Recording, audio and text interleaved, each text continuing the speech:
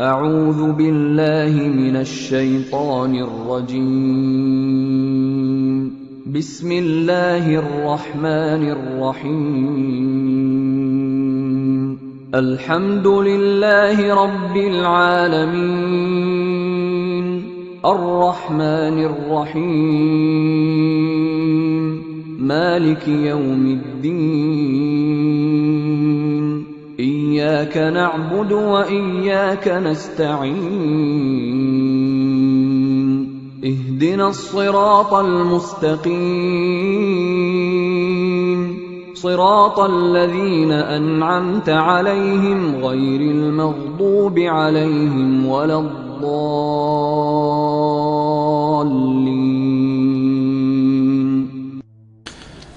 أعوذ بالله من الشيطان الرجيم. بسم الله الرحمن الرحيم. الحمد لله رب العالمين، والصلاة والسلام على أشرف الخلائق أجمعين،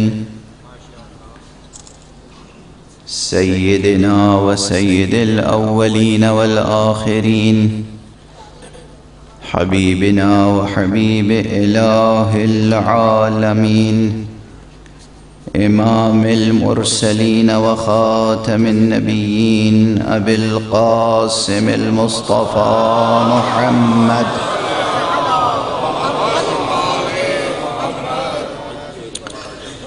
وعلى أهل بيته الطيبين الطاهرين الهداة المهديين المعصومين المظلومين، واللعنة الدائمة على أعداء الدين أجمعين. أما بعد، فقد قال الله تعالى عز اسمه في محكم كتابه ومتقن خطابه: بسم الله الرحمن الرحيم، والفجر وليال عشر، والشفع والوتر، والليل إذا يسر، هل في ذلك قسم لذي حجر. صدق الله العلي العظيم.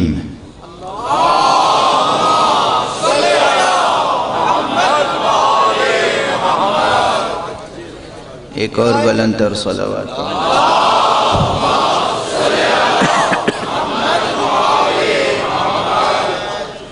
برائے صحت و سلامتی علماء حق بلند تر صلوات.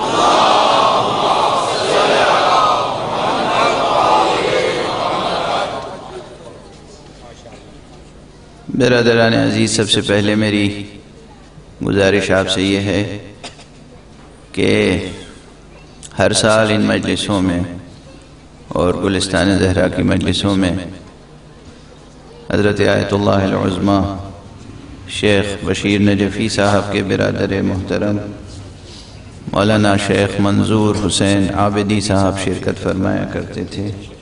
اس سال وہ ہمارے درمیان میں نہیں ہیں. ان کی روح کو ایصال ثواب کرنے کے لیے اور جملہ شہدائے ملت جعفریہ کی روحوں کو شاد فرمانے کے لیے ایک مرتبہ سورہ حمد اور 3 مرتبہ سورہ اخلاص کی تلاوت فرمائیں.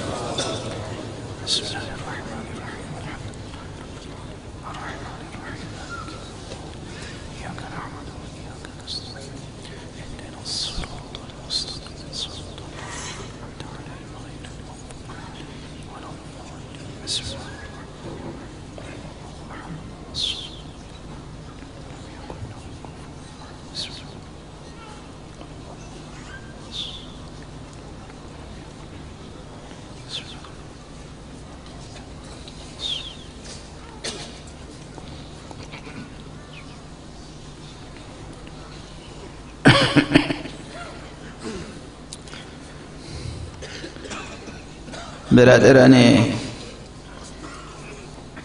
اسلامی، عزیزان ایمانی اور مسلمانان حسینی،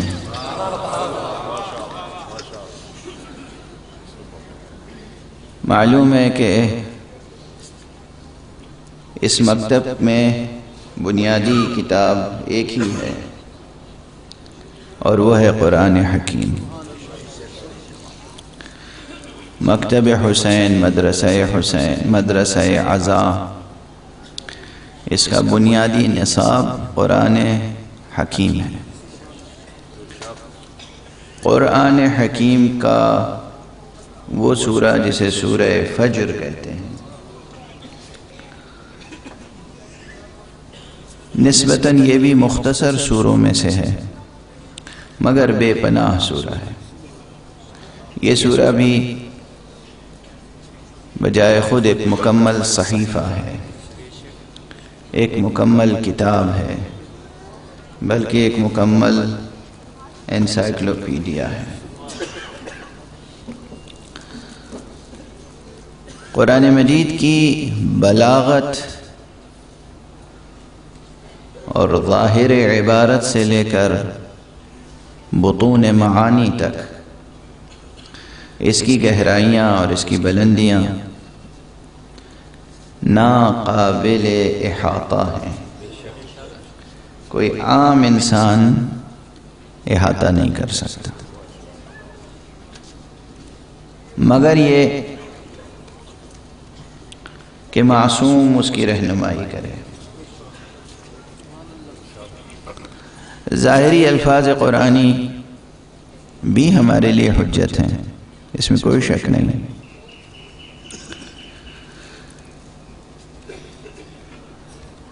اس طرف نظر پڑی بعض جوانوں کے چہروں پر تو دل چاہا کہ یہ فرمائش بھی کر دوں۔ گلستان زہرا میں نے کہا تھا سورہ والعادیات یاد کرنے کے لیے، آج سے سورہ والفجر بھی یاد کیجیے گا۔ کوئی طویل سورہ نہیں ہے بظاہر، اور سورہ بھی کون سا ہے؟ سورہ حسین ابن علی۔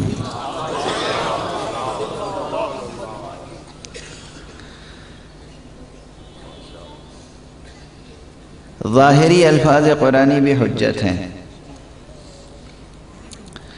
یعنی جب قرآن مجید نازل ہوتا تھا تو عرب سنتے تھے اور سمجھتے تھے۔ آج بہت سے مسلمان کہتے ہیں کہ عرب سنتے تھے سمجھتے تھے، تو آپ یہ شرط کیوں لگاتے ہیں کہ اہل بیت مصطفیٰ سے سیکھنا ضروری ہے؟ سوال ہے۔ اس وقت قرآن نازل ہوتا تھا اور سب سنتے تھے اور سمجھتے تھے۔ یہ اجمالاً بیان اپنی جگہ درست ہے کہ سب سنتے تھے اور سمجھتے تھے، مگر کتنا سمجھتے تھے یہ ایک سوال ہے۔ کیا واقعاً قرآن کے تمام اسرار و رموز سمجھتے تھے؟ ہرگز نہیں۔ کچھ باتیں سمجھتے تھے اور بہت کچھ نہیں سمجھتے تھے، مگر قرآن کی شان اعجاز کا یہ کمال تھا، یہ اثر تھا کہ وہ کافر ہوتے ہوئے بھی قرآن مجید کے حقائق کو اس طرح رد نہیں کرتے تھے جس طرح آج کا مسلمان رد کرتا ہے۔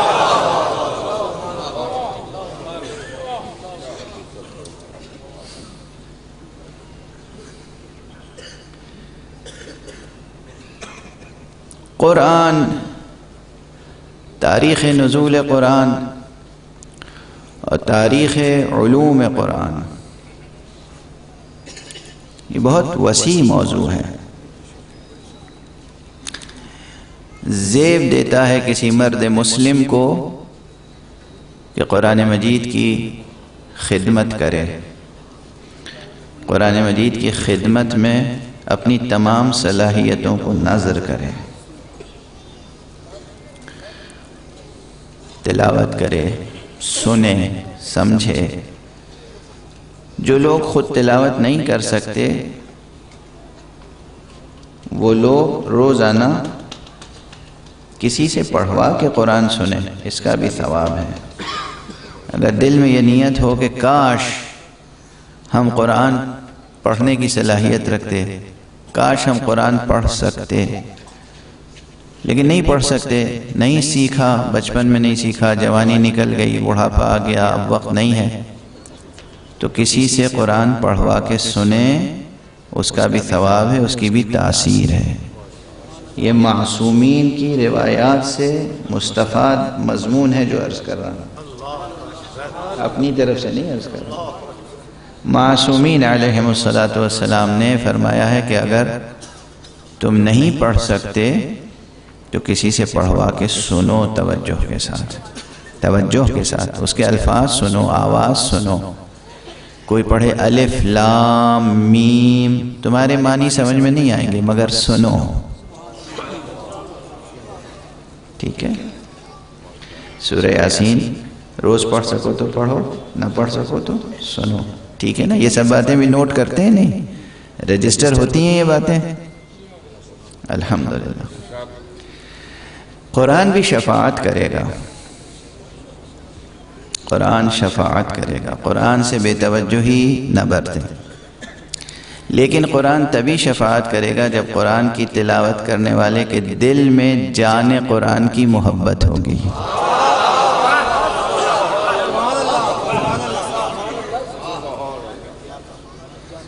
جان قرآن محمد اور آل محمد علیہم السلام۔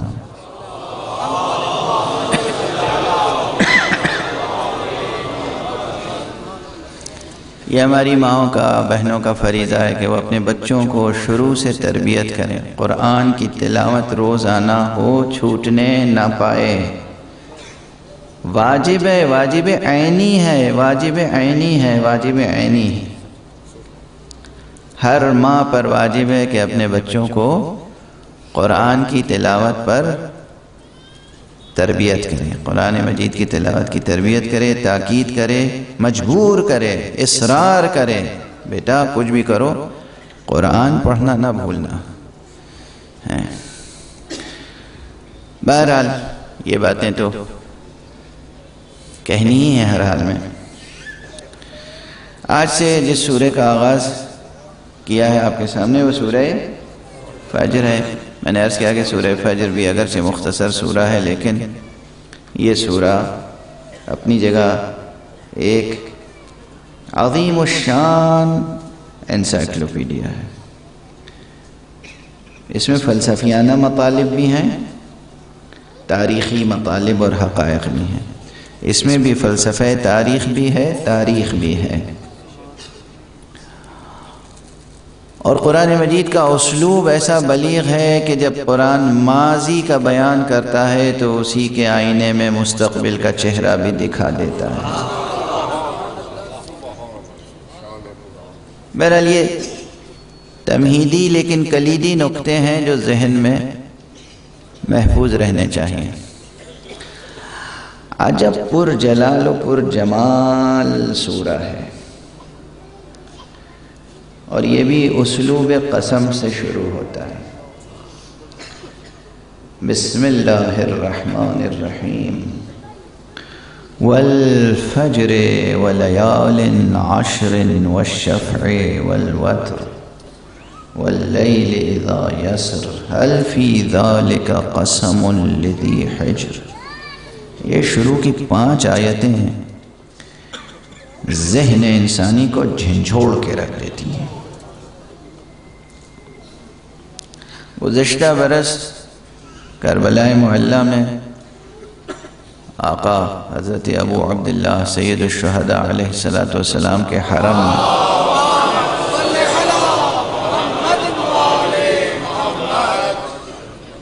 انہی آیتوں کے ضمن میں تھوڑے سے معروضات پیش کرنے کی سعادت حاصل ہوئی تھی۔ اب وہ کیفیت ہی اور تھی، سامنے آقا کی ذریح تھی اور اس سورے کی تلاوت کرتا تھا میں، لیکن کوشش کروں گا کہ کچھ مطالب عرض کر سکوں۔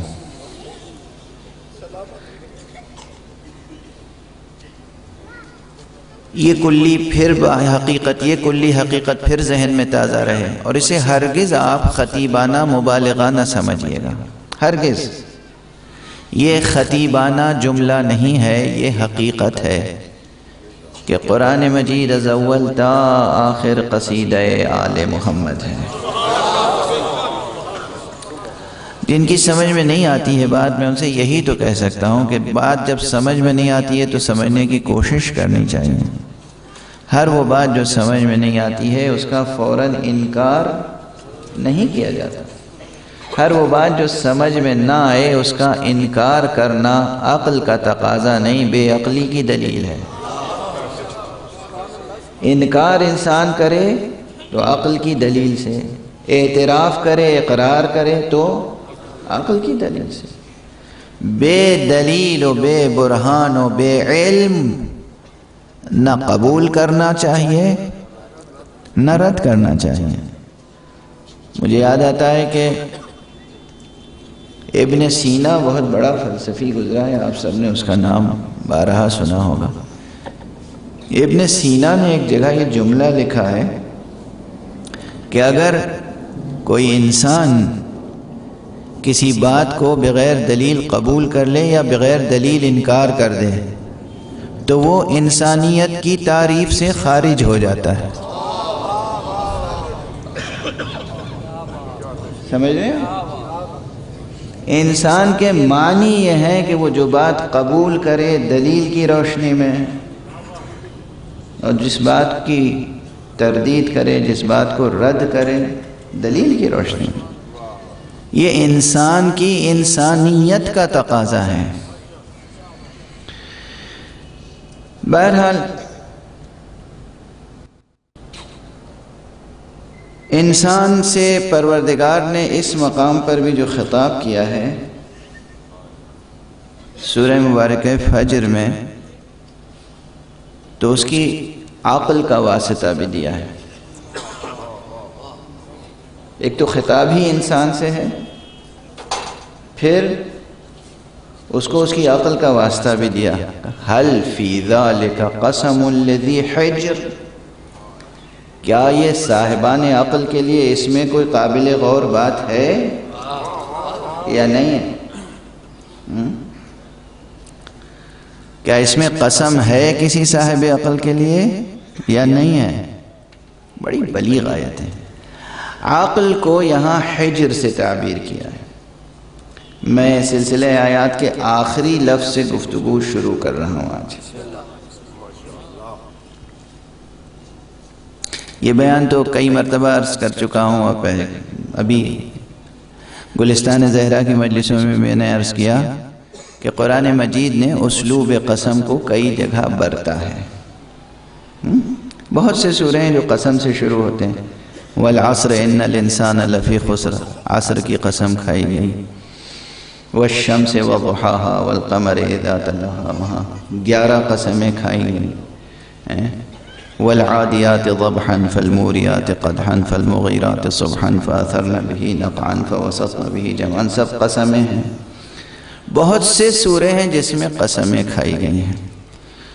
تو اس پر پھر تھوڑی دیر میں گفتگو ہوگی آج یا کل، لیکن قسم کھائی جاتی ہے کس کے سامنے؟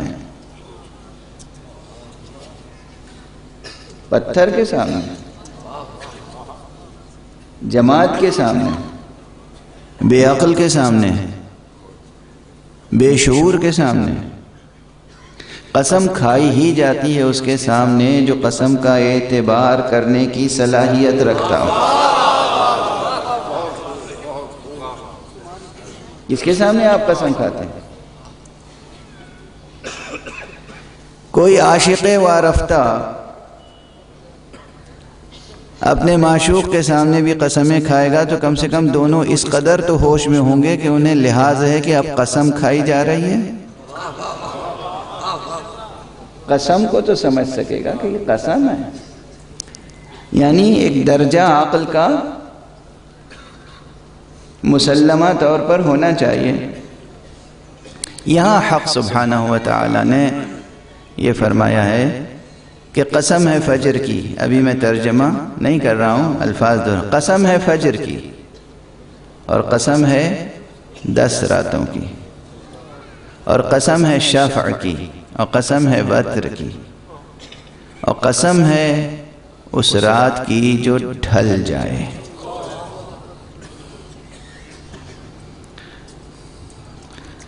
کیا ان قسموں میں صاحب حجر کے لیے، صاحب حجر یعنی عقل، عربی میں عقل کے لیے بہت سے الفاظ ہیں. پھر میرا وہ جملہ ذہن میں تازہ کر لیجئے کہ عربی میں ایک لفظ کے بہت سے معنی ہوتے ہیں اور ایک معنی کے لیے بہت سے الفاظ ہوتے ہیں. تو عقل کے لیے بھی بہت سے الفاظ ہیں عربی زبان میں. عقل کو عقل بھی کہتے ہیں، عقل کو لب بھی کہتے ہیں، لب، اور عقل کو حجر بھی کہتے ہیں. عقل کو عقل کیوں کہتے ہیں اور عقل کو حجر کیوں کہتے ہیں؟ ایک ہی معنی کو دو جہت سے عربی زبان نے پیش کیا ہے. ایک ایجابی جہت ہے، ایک سلبی جہت. دیکھیے، میں آپ تمام حضرات کے چہروں کو دیکھ رہا ہوں اور میں محسوس کر رہا ہوں کہ جو کچھ گزارش کر رہا ہوں وہ آپ سمجھ بھی رہے ہیں اور قبول بھی کر رہے ہیں اور محظوظ بھی ہو رہے ہیں. میں اس بات کو سمجھتا ہوں اور واہ واہ و سبحان اللہ کے شور بجا یا بے جا سے متاثر نہیں ہوتا.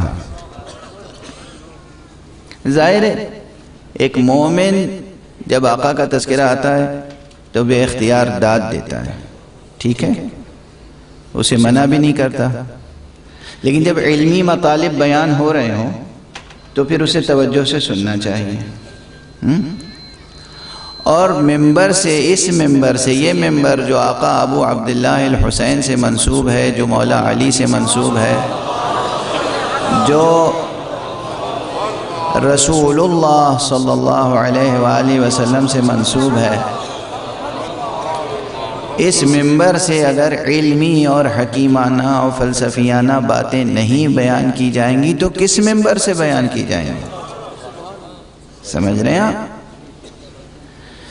جو بات بیان ہونی چاہیے وہ پورے استدلال کے ساتھ، اور ہمیں استدلال کے ساتھ گفتگو کرنے کا مزاج پیدا کرنا چاہیے.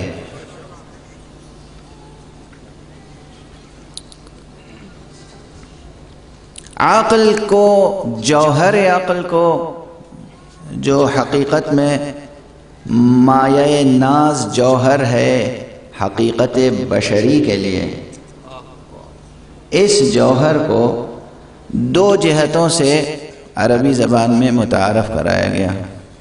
ایک ایجابی، ایک سلبی. ایجابی جہت وجودی حیثیت ہوتی ہے، سلبی جہت عدمی جہت ہوتی ہے.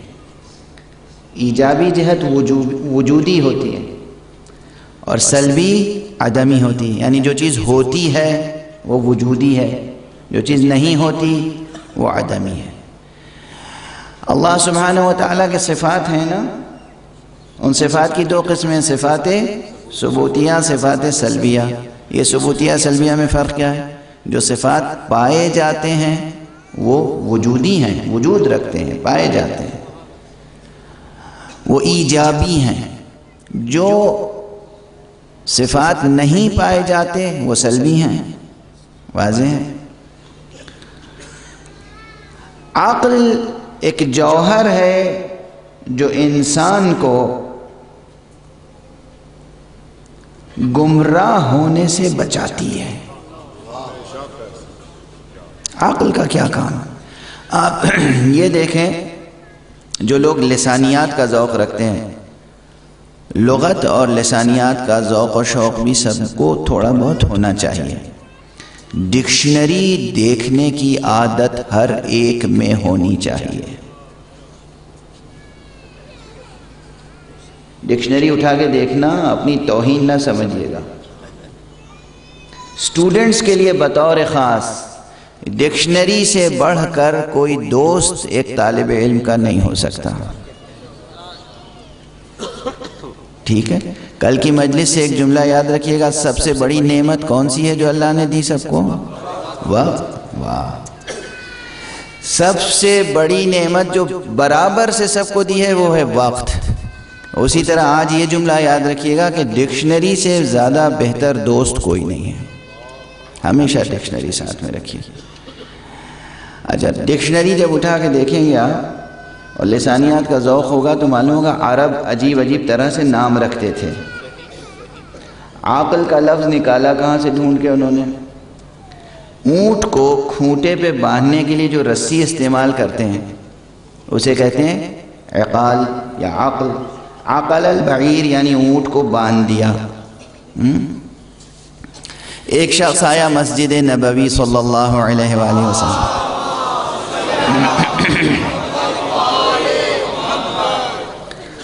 اور اس شخص نے، دیکھیے گا چھوٹی چھوٹی حدیثوں میں کتنی حکمت کی باتیں ہوتی ہیں، تدبر کی اور حکمت کی۔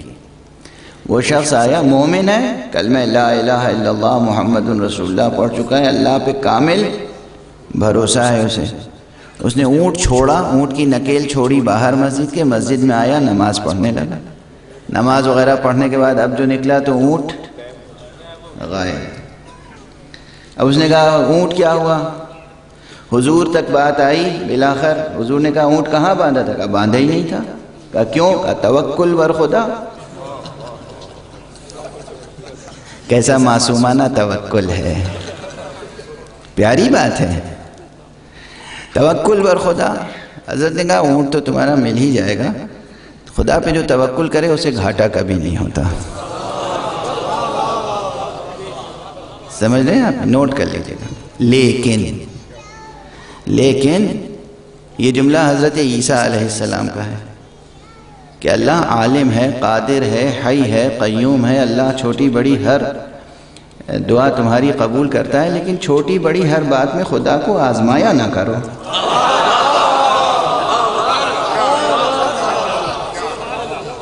معلوم ہے خدا کو ٹیسٹ کر رہے ہیں۔ یہ جناب عیسیٰ علیہ السلام کے ارشادات میں سے ایک ارشاد ہے کہ خدا کو آزمایا نہ کرو، اور تمہیں جو اللہ نے صلاحیتیں دی ہیں اس کا بھی بجا استعمال کیا کرو۔ اللہ سبحانہ و تعالیٰ نے تمہیں عقل دی ہے کس لیے؟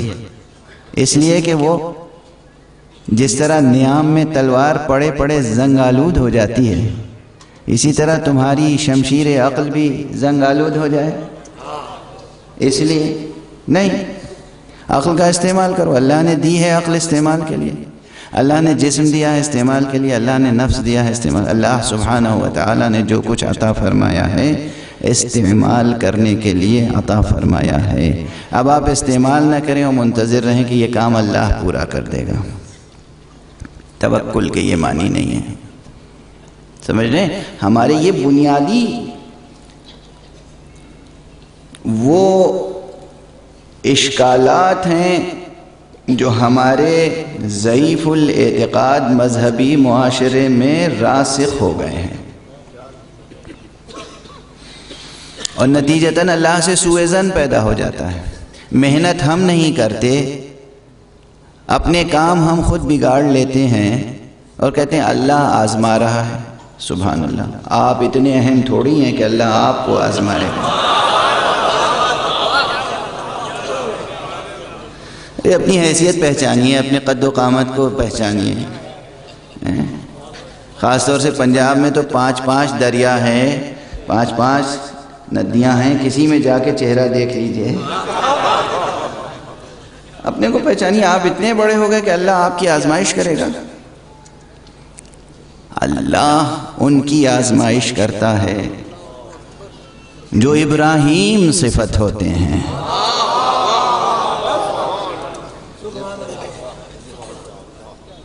ابراہیم صفت ہوتے ہیں۔ ہم عاجز ناتواں بندے، ہماری مشکل یہ ہے کہ بہت سے تصورات، کئی مرتبہ مجھے بعض عزیزوں نے کہا کہ ان چیزوں کو ایڈریس کیجئے، تو اب وہ ذہن میں باتیں جس وقت آتی ہیں میں اسی وقت گزارش کر دیتا ہوں۔ تصورات ہمارے معاشرے میں اس طرح کہ راسخ ہو گئے ہیں کہ ضعیف الاعتقاد معاشرہ ہو گیا ہے، نہ خدا کا تصور درست ہے، نہ نبی کا تصور درست ہے، نہ امام کا تصور درست ہے۔ خدا کو امام بنا دیتے ہیں، امام کو خدا بنا دیتے ہیں۔ خدا معلوم کیا کرنا چاہتے ہیں، نہ اپنی حیثیت پہچانتے ہیں، نہ اپنی حیثیت پہچانتے ہیں۔ اور اب ایک جملہ یہیں پہ کہہ دوں کہ امیر المومنین علی ابن ابی طالب علیہ الصلاۃ والسلام فرماتے ہیں اوصیکم نظم امرکم. جوانان عزیز جاتے ہیں آپ لوگ یونیورسٹیز میں، کالجز میں مینجمنٹ کے کورسز کرتے ہیں اور پروگرامنگ سیکھتے ہیں، منصوبہ بندی سیکھتے ہیں، ٹائم مینجمنٹ کے نصاب کرتے ہیں آپ. آقا نے اس وقت فرمایا اوصیکم نظم امرکم، میں تمہیں تاکید کرتا ہوں کہ اپنے تمام معاملات کی منصوبہ بندی کیا کرو، پلان تیار کیا کرو، پلاننگ کرو اپنے ہر چھوٹے بڑے کام کی. کس کی تاکید ہے یہ؟ کارل مارکس کی نہیں، ایڈم اسمتھ کی نہیں، آئنسٹائن کی نہیں، یہ تاکید مولا آقا امیر المؤمنین علی ابن ابی طالب علیہ السلام.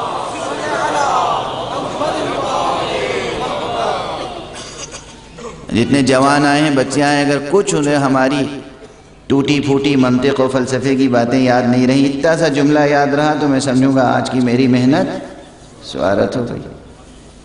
مولا کا ایک سبق چھوٹا سا، زندگی بدل جائے گی. کیا؟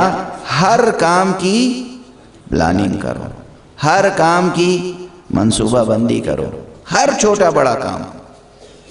آقا نے تاکید فرمائی ہے، فرمایا اوصیکم، میں تمہیں وصیت کرتا ہوں کہ تم اپنے ہر کام کی پلاننگ کرو.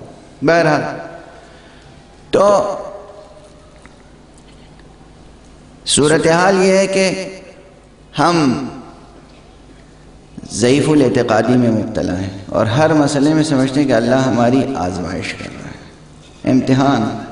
اپنے کام خود بگاڑ لیتے ہیں اور سمجھتے ہیں کہ اللہ آزمائش کر رہا ہے. اسی طرح نہ جانے کتنے تصورات حقیقت سے دور ہیں. حقیقت کچھ ہے اور ہم کچھ اور سمجھے ہوئے ہیں. اب یہ انسان کی حقیقت میں جو عقل ہے، اس عقل کے متعلق تیزی سے ایک بات کہہ کے ایک بات کو آگے بڑھا دوں کہ عقل وہ جوہر ہے جو انسان کو بہکنے سے روکتی ہے. عربوں نے اس کا نام کہاں سے رکھا لے کر؟ عقل البعیر، کہ اونٹ کو باندھنے کو کہتے ہیں عقلہ. اب یہ لفظ عقلہ یاد رکھیے، پیغمبر کا وہ ارشاد کہ وہ توکل کا عجیب و غریب تصور لیے ہوئے تھا. اونٹ باہر چھوڑا، نماز پڑھی اور جب اونٹ غائب ہو گیا کہا توکل بر خدا. حضور نے فرمایا یہ توکل نہیں ہے، اعقل البعیر وتوکل علی اللہ. پہلے اونٹ کو کھونٹے پہ باندھو، پھر خدا پہ توکل کرو. تو وہاں بھی حضرت نے کیا لفظ استعمال کیا؟ اعقل. باندھو، اونٹ کو باندھو پھر توکل کرو. جتنا کام تمہیں کرنا ہے تم کرو، پھر توکل کرو. یہ نہیں کہ ہمیں جو کرنا ہے وہ بھی نہیں کیا اور توکل ہی توکل ہے. پروردگار کی مشیت کے خلاف ہے یہ بات، پروردگار کی حکمت کے خلاف ہے یہ بات. حق سبحانہ و تعالی نے جس حکمت کے ساتھ اس کائنات کو خلق فرمایا ہے اس کے خلاف ہے یہ بات. آپ کو 2 پاؤں دیے ہیں چلنے کے لیے، آپ ان پاؤں کا استعمال نہ کریں، بیٹھے رہیں اور دعا کرتے رہیں یا اللہ فاصلہ طے ہو جائے. فاصلہ طے ہوگا؟ فاصلہ طے ہوگا؟ جوانان عزیز نہیں طے ہوگا نا. فاصلہ تبھی طے ہوگا جب ہم قدم اٹھائیں گے. اب بہت سے بچے آتے ہیں ہمارے پاس امتحانوں کے زمانے میں، مولانا صاحب کل امتحان ہے دعا کر دیجئے. سمجھنے میں کیا اگر ان بچوں کو یہاں سے کہیں جانا ہو اسپورٹس کے لیے، گراؤنڈ تک جانا ہو، تو میں کہوں گا یہیں بیٹھے رہو اور دعا کرو یا اللہ مجھے وہاں پہنچا دے. پہنچ جاؤ گے؟ نہیں مولوی صاحب آپ کیسی بات کر رہے ہیں، ہمیں تو جانا پڑے گا. اچھا تو جب امتحان آئے گا تو تم ہم سے کیوں کہہ رہے ہو دعا کر دیجئے؟ تمہیں تو پڑھنا پڑے گا، عقل کا استعمال کرنا پڑے گا، محنت کرنی پڑے گی، سلیبس پڑھنا پڑے گا۔ تم اپنی محنت پوری کرو، اس کے بعد دعا بھی کرو، صرف اپنی محنت پہ بھروسہ نہ رکھنا۔ توکل کے یہ معنی ہے، صرف محنت پہ بھی بھروسہ نہ رکھنا۔ یہ نہیں کہ اللہ نے ہمیں صلاحیت دی ہے اور ہم جو چاہیں گے کر لیں گے، نہیں، تم کچھ نہیں کر سکتے، صرف تم کوشش کر سکتے ہو، نتائج کی ذمہ داری پروردگار کی ہے۔ ایک کسان زمین میں دانہ بو سکتا ہے، لیکن وہ دانہ شجر سایہ دار بنے گا، اس کی ذمہ داری کسان کی نہیں ہے، خالق کائنات کی ہے۔ ٹھیک ہے، بات بالکل واضح ہے۔ بچوں کے لیے یہ باتیں بھی کرنے کی ہیں۔ تو اعقل کی بات، عقل، عقل، عقال، یہاں سے نکلا عقل، جس رسی سے باندھتے ہیں اسے عقال کہتے ہیں، اور باندھنے کو کہتے ہیں عقل۔ تو وہ تو اونٹ کو باندھنے کی بات ہے، انسان اونٹ تو نہیں ہے نا۔ ایک کیا لطیف بات ہے، ذرا دیکھیے تو، انسان اونٹ سے کہیں زیادہ بڑا سرکش ہے۔ اونٹ بڑا سرکش ہے یا انسان؟ خبردار جو کہا اونٹ، انسان کے مقابلے میں اونٹ کی حیثیت کیا ہے؟ انسان کہیں بڑا سرکش ہے، مگر اونٹ کے باندھنے کے لیے ظاہری رسی چاہیے، انسان کو باندھنے کے لیے حق سبحانہ و تعالیٰ نے خود اس کے اندر ایسی قوت پیدا کی ہے جسے کہتے ہیں عقل۔ اگر انسان کی عقل سلامت ہو تو وہ کبھی سرکشی اور طغیانی نہیں کرے گا، کبھی صحیح راستے کو چھوڑے گا نہیں، ہلاکت کے راستے پر گامزن نہیں ہو سکتا۔ عقل، اتنی بات سمجھ میں آئی بات؟ اگر انسان کی عقل سلامت ہو تو وہ اگر کسی منزل تک جانے کے لیے دو راستے ہوں، یہاں سے گلستان زہرا ایبٹ روڈ جانے کے لیے دو روڈ ہوں، اور مجھے معلوم ہے کہ ایک روڈ پر گورنمنٹ کی طرف سے ماشاءاللہ خوب لائٹیں لگی ہوئی ہیں، یہاں سے وہاں تک روشنی ہے، اور دوسرا جو ہے وہ گورنمنٹ کی بے توجہی کا شکار ہے روڈ، اس میں کہیں کوئی بلب نہیں ہے، کوئی ٹیوب لائٹ نہیں ہے، کوئی روشنی نہیں ہے، تو میں کون سا راستہ اختیار کروں گا؟ میری عقل کا تقاضا کیا ہے؟ جو روشن راستہ ہے وہی اختیار کروں گا، ٹھیک ہے نا؟ جہاں لائٹ یہاں سے وہاں تک لگی ہوئی ہے وہ راستہ اختیار کریں گے۔ دین میں بھی دو راستے ہیں، ایک راستے پر علماء اور مجتہدین اور فقہا ہیں جو دن رات علم کی روشنی ڈالتے رہتے ہیں، باقی بہت سے راستے ہیں وہاں دور دور تک روشنی نہیں، کہیں اکا دکا کچھ چھوٹی سی لائٹ جل رہی ہے کچھ۔ تو روشنی جہاں ہو وہ راستہ اختیار کرنا چاہیے، ٹھیک ہے نا؟ پرانا جملہ اسی ممبر سے کہا تھا میں نے، لیکن معاشرے میں یہ جملے بار بار کہنے پڑتے ہیں۔ بھئی راستہ طے کرنے کے لیے دو صورتیں، اگر تاریک رات ہو، راستے میں نشیب و فراز ہو، تو وہ راستہ طے کرنے کے لیے یا میرے ہاتھ میں ٹارچ ہونی چاہیے، اور یا مجھے کسی ایسے شخص کا ساتھ لینا چاہیے جس کے ہاتھ میں ٹارچ ہو۔ تیسری کوئی راہ نہیں ہے، تیسری راہ ہلاکت کی راہ ہے، ٹھیک ہے؟ تیسری راہ ہلاکت کی راہ ہے، ہمارے ہاتھ میں ٹارچ ہو خود، یا پھر ہم کسی ایسے کا دامن تھامے ہوں، انگلی تھامے ہوں، یا ہم اس کے پیچھے پیچھے چل رہے ہوں جس کے پاس ٹارچ ہو۔ اسی لیے کہا جاتا ہے کہ ہر فیلڈ میں بیمار ہوں تو ظاہر ہے مجھے ڈاکٹر کے پاس جانا چاہیے، خود سے اپنا علاج کروں تو کیا حشر ہوگا؟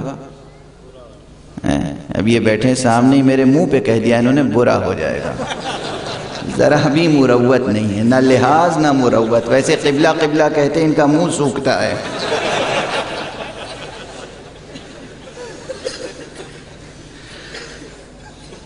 اگر میں بیمار ہوں تو مجھے ڈاکٹر کے پاس جانا ہوگا. اسی طرح اگر مجھے دین کا کوئی مسئلہ نہیں معلوم ہے تو مجھے اس کے، اور وہ بھی ہر ڈاکٹر کے پاس نہیں. اب یہاں دیکھیے، ابھی بھی میں اپنے دیش کی بات کر رہا ہوں، ہندوستان میں تو ابھی بھی مصیبت ہے ایک حکومت کے لیے کہ گاؤں میں دیہات میں ایسے ڈاکٹر موجود ہیں کہ جن کے نام کے ساتھ ڈاکٹر لگا ہوا ہے اور انہوں نے میڈیکل کالج کی صورت تک نہیں دیکھی، ڈاکٹر کہلاتے ہیں. ایسے ڈاکٹر سے علاج کرا لوں؟ نہیں نا. آپ یہاں کسی ہارٹ کے ڈاکٹر کو تلاش کریں گے تو سوچیں گے کہ جس نے امریکہ سے پڑھ کے آیا ہو، ہارورڈ کی یا آکسفورڈ کی یا لندن یونیورسٹی کی یا ہیوسٹن میں جو سب سے بڑا وہ میڈیکل سینٹر ہے وہاں کا تجربہ ہو، بالکل FRCS اور وغیرہ وغیرہ ساری ڈگریاں ہوں، اس کو دکھائیں. عام بات ہے نا. دین میں بھی ایسا ہی ہے. دین میں سب سے بڑے مرکز دو ہیں اس وقت، نجف اور قم. قم اور نجف. پہلا رتبہ اس وقت قم کو ہے. میں خود نجفی ہوں، غروی ہوں، مگر اس وقت جو صورتحال ہے سب سے بڑا مرکز قم ہے. اور نجف تو ہے، نجف پہلے سے بڑا مرکز تھا، لیکن اس وقت صدام کے مظالم کی وجہ سے نجف کمزور ہو گیا تھا. اب دوبارہ وہ ترقی کر رہا ہے. جس طرح آپ دنیاوی سائنسز میں جرمنی جاتے ہیں، فرانس جاتے ہیں، امریکہ جاتے ہیں، اسی طرح دینی علوم میں لازم ہے کہ ہمارے پاس جو چیز ہو وہ یا قوم کی سند ہو اس پر یا نجف کی، اور وہ بھی وہاں کے اعلم وقت کی سند ہو. عقل کہتی ہے. اس لیے یہ باتیں اسے آپس میں نزاع نہ کریں، ٹھیک ہے؟ دست ادب جوڑ کے عرض کر رہا ہوں، یہ ہماری دنیا اور آخرت دونوں جہان کی بھلائی کی باتیں ہیں. درمیان میں آ گئی بات تو میں نے عرض کر دی. پلٹ کے پھر وہیں آتا ہوں کہ بات ہو رہی تھی کہ عقل جس کے پاس ہو، اس کے سامنے اگر دو راستے ہوں تو جس پر روشنی ہوگی وہ اس راستے کا انتخاب کرے گا، جس پہ روشنی نہیں ہوگی اس کا انتخاب نہیں کرے گا. جس پر معلوم ہے کہ یہ پرامن راستہ ہے اس کا انتخاب کرے گا، معلوم ہے کہ جو پرامن راستہ نہیں ہے اس کا انتخاب نہیں کرے گا. اسی طرح اللہ کے محضر میں حاضری کے لیے اور آخرت تک پہنچنے کے لیے ہمیں یقین ہے، معلوم ہے کہ وہاں تک پہنچنے کے لیے وہی راستہ ہے جس میں ثقلین کا ساتھ ہو. مسلمانان عزیز سے میں تمام مسلمانوں سے عرض کر رہا ہوں جہاں تک میری آواز جا رہی ہے، رسول اکرم صلی اللہ علیہ وآلہ وسلم نے ارشاد فرمایا، اور یہ حدیث صحیح مسلم شریف میں بھی موجود ہے، حضرت زید ابن ارقم صحابی رسول کی زبانی، اور وہ یہ ہے کہ حضور نے فرمایا انی تارک فیکم الثقلین، میں تمہارے درمیان دو گراں قدر چیزیں چھوڑ کر جا رہا ہوں، کتاب اللہ، اللہ کی کتاب، و عطرتی، اور میری عطرت. کتاب خدا پر روشنی ڈالی آپ نے، دیر تک اس کی اہمیت بیان فرمائی، پھر اپنے اہل بیت کی اہمیت بیان فرمائی، اور 3 مرتبہ مکرر فرمایا میرے اہل بیت کا خیال رکھنا، میرے اہل بیت کا خیال رکھنا، میرے اہل بیت کا خیال رکھنا. اب ایک انسان عاقل اور مسلم عاقل کا فرض یہ ہے کہ وہ وہی راستہ اختیار کرے جو قرآن اور اہل بیت کے ساتھ ساتھ آگے بڑھتا ہو. جو اس راستے کو انتخاب نہ کرے ہم اسے بے عقل نہیں کہیں گے تو کیا کہیں گے؟ بے عقلی. بہت سادہ، آج بہت سادہ گفتگو ہوئی ہے نا. ابھی تک کوئی ایسی تعبیر نہیں آئی جسے کوئی کہے کہ آج بات سمجھ میں نہیں آئی. بہت الجھن ہو رہی ہے. سیدھی سی بات ہے. پروردگار نے بار بار قرآن مجید میں اولو الالباب کو خطاب کیا ہے، یہاں صاحب حجر کو خطاب کیا، کہیں صاحب عقل کو خطاب کیا۔ عقل اس جوہر کا نام ہے جو انسان کو گمراہی سے بچاتی ہے، ہلاکت سے بچاتی ہے۔ عقل وہ جوہر ہے جو بچاتا ہے، اور اسی عقل کا نام حجر ہے۔ حجر بھی عقل ایجابی ہے، حجر سلبی۔ کس اعتبار سے؟ عقل روکتی ہے، عقل ایک جگہ مضبوطی سے باندھ کے رکھتی ہے، اور حجر کو، عقل کو حجر اس لیے کہتے ہیں کہ یہ غلط کاموں کو کرنے سے منع کرتی ہے۔ ٹھیک ہے نا؟ حجر میں معنی کون سے ہیں؟ منع کرنے کے معنی ہے، یاد رکھیے گا۔ لیکن حجر بھی ہے عقل کا نام۔ اب قرآن مجید میں پروردگار فرماتا ہے والفجر ولیال عشر والشفع والوتر واللیل اذا یاسر هل فی ذلک قسم لذی حجر، قسم ہے فجر کی، قسم ہے 10 راتوں کی، قسم ہے شفع کی، قسم ہے وتر کی، قسم ہے اس رات کی جو ڈھل جائے۔ کیا ان قسموں میں ارباب حجر کے لیے، ارباب عقل کے لیے کوئی عبرت ہے یا نہیں ہے؟ خود جھنجھوڑ رہا ہے پروردگار ان قسموں کو کھا کر۔ توجہ ہے؟ اب ذرا سی بات دوسرے انداز سے شروع ہوگی۔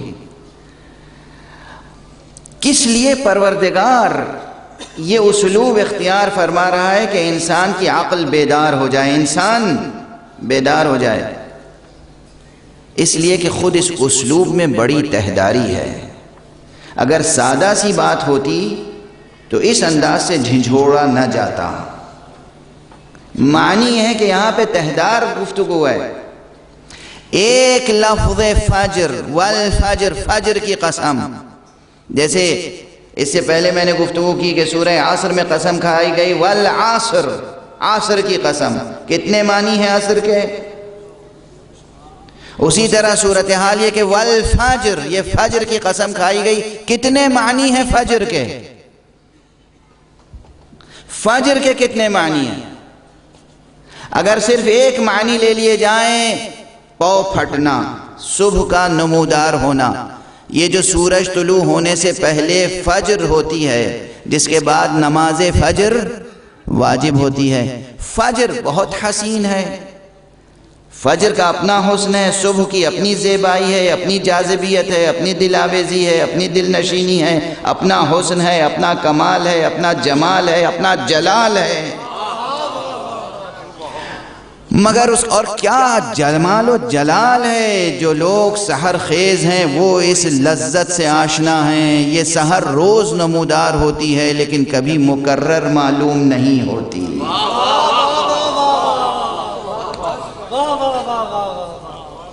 روز سحر نمودار ہوتی ہے مگر مقرر معلوم نہیں ہوتی۔ روز طلوع ہوتا ہے آفتاب مگر ہر روز کا آفتاب نیا معلوم ہوتا ہے۔ جو لوگ جاتے ہیں صبح کی سیر کے لیے، کبھی وہ صبح سے اکتائے ہیں؟ کوئی ایسے ہی بیمار ذہن کا ہوگا یا بیمار دل کا جو اکتانے والا ہوگا۔ ہر صبح تازہ ہوتی ہے، ہر فجر تازہ ہوتی ہے، اس لیے کہ وہاں تجلی میں تکرار نہیں ہے۔ وہاں حق سبحانہ و تعالیٰ کے ہاں تجلی میں تکرار نہیں ہے۔ فجر اپنی جگہ ہے، اس فجر کی قسم کھائی گئی ہے، لیکن کیا صرف یہی یہ جو کائناتی اور کونیاتی مظہر ہے اسی کی قسم کھائی گئی ہے، یا اس فجر سے کوئی خاص فجر مراد ہے؟ اگر یہ بحث شروع ہو جائے کہ اس فجر سے کوئی خاص فجر مراد ہے تو پھر کون سی فجر مراد ہے؟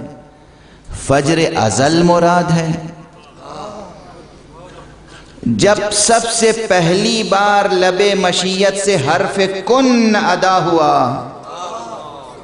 اور سلسلہ زمان و مکان کا شروع ہوا، جب عدم کی تاریکی چھٹی اور وجود کی روشنی ظاہر ہوئی، کیا وہ فجر مراد ہے؟ اس لیے کہ اس فجر اور اس فجر میں معلوم ہے کتنا فرق ہے۔ اب آ رہی ہے دقیق بحث.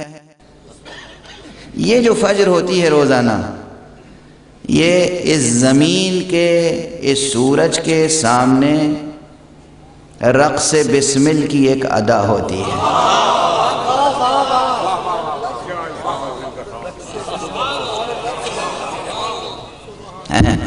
یہ سورج ہے اور اس کے سامنے یہ زمین ہے اور یہ اپنے محور پہ گھوم رہی ہے. یہ اس کی جو گردش ہے، یہ جو اس کی ادائے ناز ہے، اس میں ایک لمحہ وہ آتا ہے جسے ہم فجر کہتے ہیں. ٹھیک ہے، حقیقت یہی ہے نا، یا اس کے علاوہ کچھ ہے؟ ظہر، عصر، مغرب، عشاء، فجر، نصف شب، نصف روز، سب لمحات ہیں. لیکن وہ لمحات کون سے ہیں؟ زمین گردش کر رہی ہے اور یہ لمحے آ رہے ہیں اور جا رہے ہیں. ٹھیک ہے نا؟ تو یہ فجر اس زمین کی گردش کے نتیجے میں ہے، اس سورج کے مقابلے میں. اگر وہ فجر مراد لی جائے جو میں ابھی کہہ رہا تھا کہ جب عدم کی تاریکی چھٹی اور نور وجود ظاہر ہوا، تو اس وقت نہ ابھی سورج تھا، نہ زمین تھی، نہ چاند تھا، نہ ستارے تھے، نہ سیارے تھے.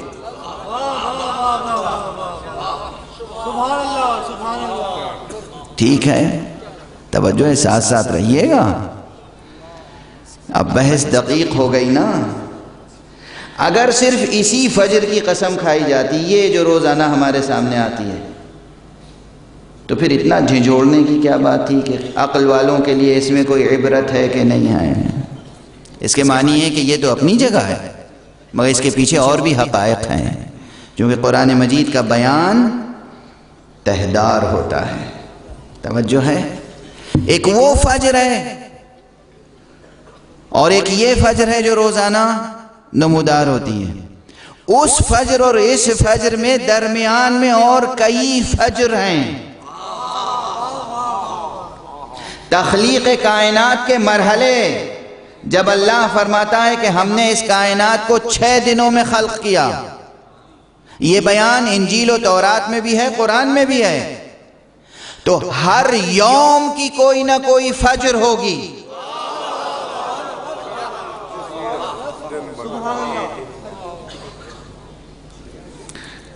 ہمارے ذہین نوجوانوں کے لیے توجہ کی باتیں ہیں.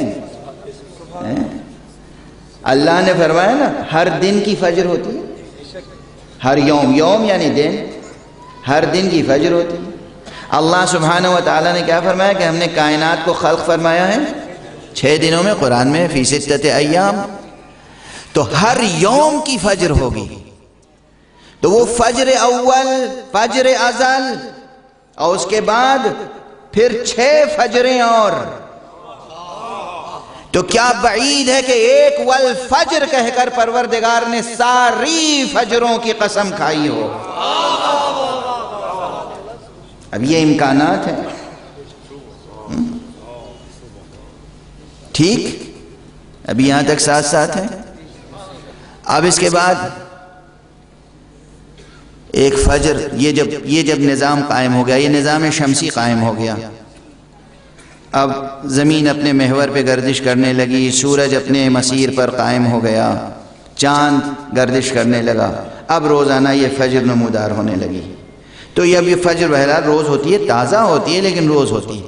اس میں کوئی خاص فجر تو ایسی ہوگی جو زیادہ قابل حوالہ ہوگی. تو کیا تعجب ہے کہ یہ وہ فجر ہو جس فجر میں نور مصطفی اس دنیا میں ظہور کرنے والا ہو. امکانات ابھی 1 2 3 کر کے امکانات. یا وہ فجر مراد ہو جس فجر غار حرا میں جبرائیل نے آ کے مجدہ سنایا ہو کہ اے مصطفیٰ، اب آپ کی بعثت کا وقت آ چکا ہے، اعلان کر دیجئے اپنی نبوت کا. یا وہ فجر مراد ہے کہ جس دن واقعاً پیغمبر نے اعلان فرمایا ہے، فجر بعثت. یا وہ فجر مراد ہے کہ جس دن پیغمبر اکرم صلی اللہ علیہ وآلہ وسلم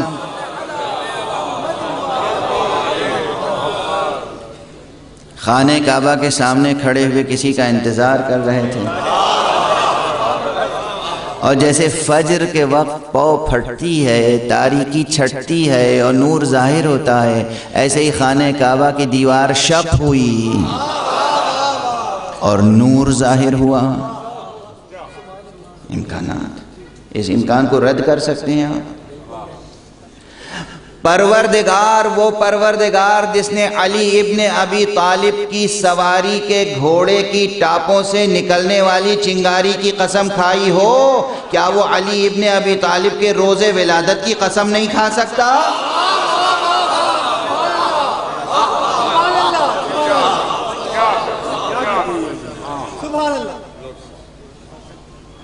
توجہ ہے؟ تفسیر سے تعویل تک کا سفر بہت پرپیچ سفر ہوتا ہے۔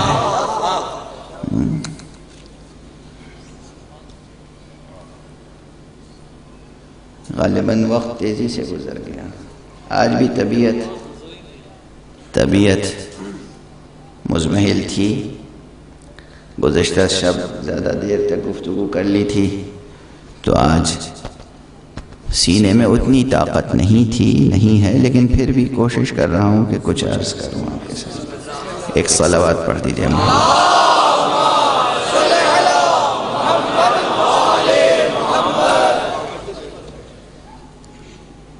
یاد دلا دوں آپ کو، دور تک آواز آ رہی ہوگی، لوگ سمجھ رہے ہوں گے دیکھیے پتہ نہیں کیا کریں، فجر سے مراد کتنی باتیں کہہ لی انہوں نے، ایک فجر سے یہ بھی مراد ہو سکتا ہے، یہ کس انداز کی تفسیر ہو رہی ہے؟ میں عرض کرتا ہوں ابھی تفسیر پہلے بھی عرض کر چکا، صرف ذہن تازہ کر رہا ہوں آپ کا۔ ایک چیز ہوتا ہے ترجمہ، ایک ہے تفسیر، ایک ہے تعویل۔ تیزی سے، چونکہ پہلے کہہ چکا ہوں، صرف ذہن تازہ کر رہا ہوں، اور جو نئے سننے والے ہیں، دور بیٹھ کر سننے والے ہیں، ان سے عرض کر رہا ہوں۔ ترجمہ کسے کہتے ہیں؟ لفظ کی جگہ لفظ رکھ دیا جائے۔ جیسے انگریزی کا لفظ واٹر، اس کا جب ٹرانسلیشن کریں گے، ترجمہ کریں گے، تو اس کی جگہ لکھ دیں گے اردو میں پانی، یہ ہوا ترجمہ۔ اور تفسیر کے کیا معنی ہے؟ کہ جب کوئی کہے پانی کیا ہوتا ہے، تو ہم کہیں پانی ایک مادہ ہے، سیال ہے اور بے رنگ ہوتا ہے، اور اس سے کھیتیوں کی سینچائی ہوتی ہے اور پیاس بجھائی جاتی ہے اور وغیرہ وغیرہ وغیرہ، اس کی جتنی پراپرٹیز ہیں وہ سب بیان کرتے چلے جائیں، یہ سب ہوگی تفسیر۔ لفظ کو لفظ سے بدلنا ہے ترجمہ، اور اس حقیقت و ماہیت کو تفصیل سے بیان کرنا ہے تفسیر۔ قرآن مجید کے ترجمے اور تفسیر کے بعد ایک چیز اور ضروری ہے، اور وہ ہے تعویل۔ تعویل کیا ہے؟ کہ جب کوئی سب کچھ سمجھنے کے بعد بھی نہ سمجھے کہ بھائی پانی ہوتا کیا ہے، یہ سب تو تم نے بتا دیا، پھر بھی میں سمجھ نہیں پا رہا ہوں پانی کیا ہوتا ہے، تو اب آپ گئے اور پانی لا کے اس کے ہاتھ میں رکھ دیا، دیکھو یہ ہے پانی، یہ ہے واٹر، اسے کہتے ہیں تعویل، ٹھیک ہے نا؟ تو ابھی ہم مجبور ہیں، ہمارے اوپر لازم ہے کہ ہم قرآنی حقائق کی صرف تفسیر نہ کریں، صرف ترجمہ نہ کریں، بلکہ تعویل تک پہنچیں۔ جب تک ہم تعویل تک نہیں پہنچیں گے، اس وقت تک درد انسانیت کا مداوا نہیں ہوگا۔ توجہ ہے؟ مشکل مسلمانوں کی یہی ہے کہ وہ قرآن مجید پڑھتے ہیں، قرآن مجید کا ترجمہ کرتے ہیں، قرآن مجید کی تفسیریں خوب لکھتے ہیں، مگر قرآن مجید کی تعویل سے روگردانی کرتے ہیں۔ مشکل یہی ہے۔ آخر اگر میں مثال کے طور پہ عرض کر رہا ہوں کہ قرآن مجید نے کہا انما ولیکم اللہ ورسولہ والذین آمنوا الذین یقیمون الصلاة ویؤتون الزکاة وہم راکعون، دیکھو تمہارا ولی، تمہارا سرپرست، تمہارا حاکم اللہ ہے یا اللہ کا رسول ہے، اور وہ لوگ ہیں جو ایمان لانے والے ہیں، ایمان کے حقیقت سے تمہیں آشنا کرنے والے ہیں، اور نماز قائم کرنے والے ہیں اور رکوع کی حالت میں زکوٰۃ دینے والے ہیں۔ تو یہ کیا ایک صرف لفظوں میں تصویر بنائی جا رہی ہے یا کوئی واقعہ ہوا ہے جس کی طرف اشارہ کیا جا رہا ہے؟ جب تک ہم ان الفاظ کا صرف ترجمہ کرتے رہیں گے بے سرپرست رہیں گے، جب تک ہم تفسیر بیان کرتے رہیں گے تفسیر میں الجھے رہیں گے، بے سرپرست رہیں گے، لیکن جب تعویل تک پہنچ جائیں گے تو تعویل سے روگرداں ہے مسلمان، اسی لیے بے سرپرست ہے۔ ساری دنیا اگر مسلمانوں کو تانا دیتی ہے کہ یہ مسلمان عجب ہیں، ان میں کوئی لیڈرشپ نہیں ہے، تو اس کی وجہ یہ ہے کہ یہ تعویل قرآن سے روگرداں ہیں۔ اگر تعویل قرآن کو قبول کر لیں، اور تعویل قرآن بتائے گا کون؟ عام انسان بتائے گا یا خود خطیب قرآن رسول بتائیں گے نا کہ تعویل قرآن کیا ہے؟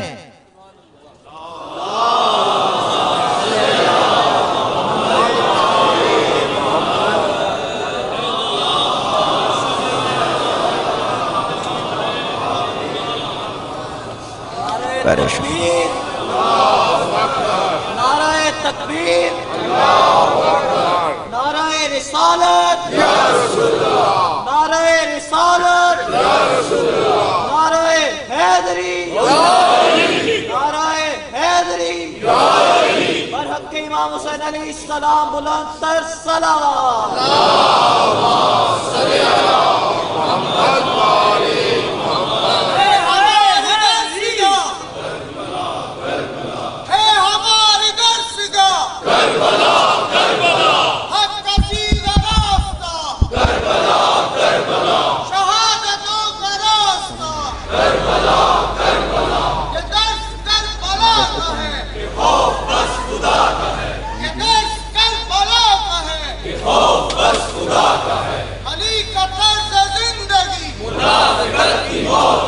احسنتم جزاکم اللہ۔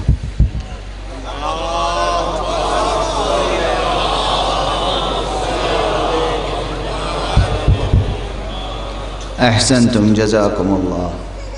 ایک سب مل کر بلند صلوات میں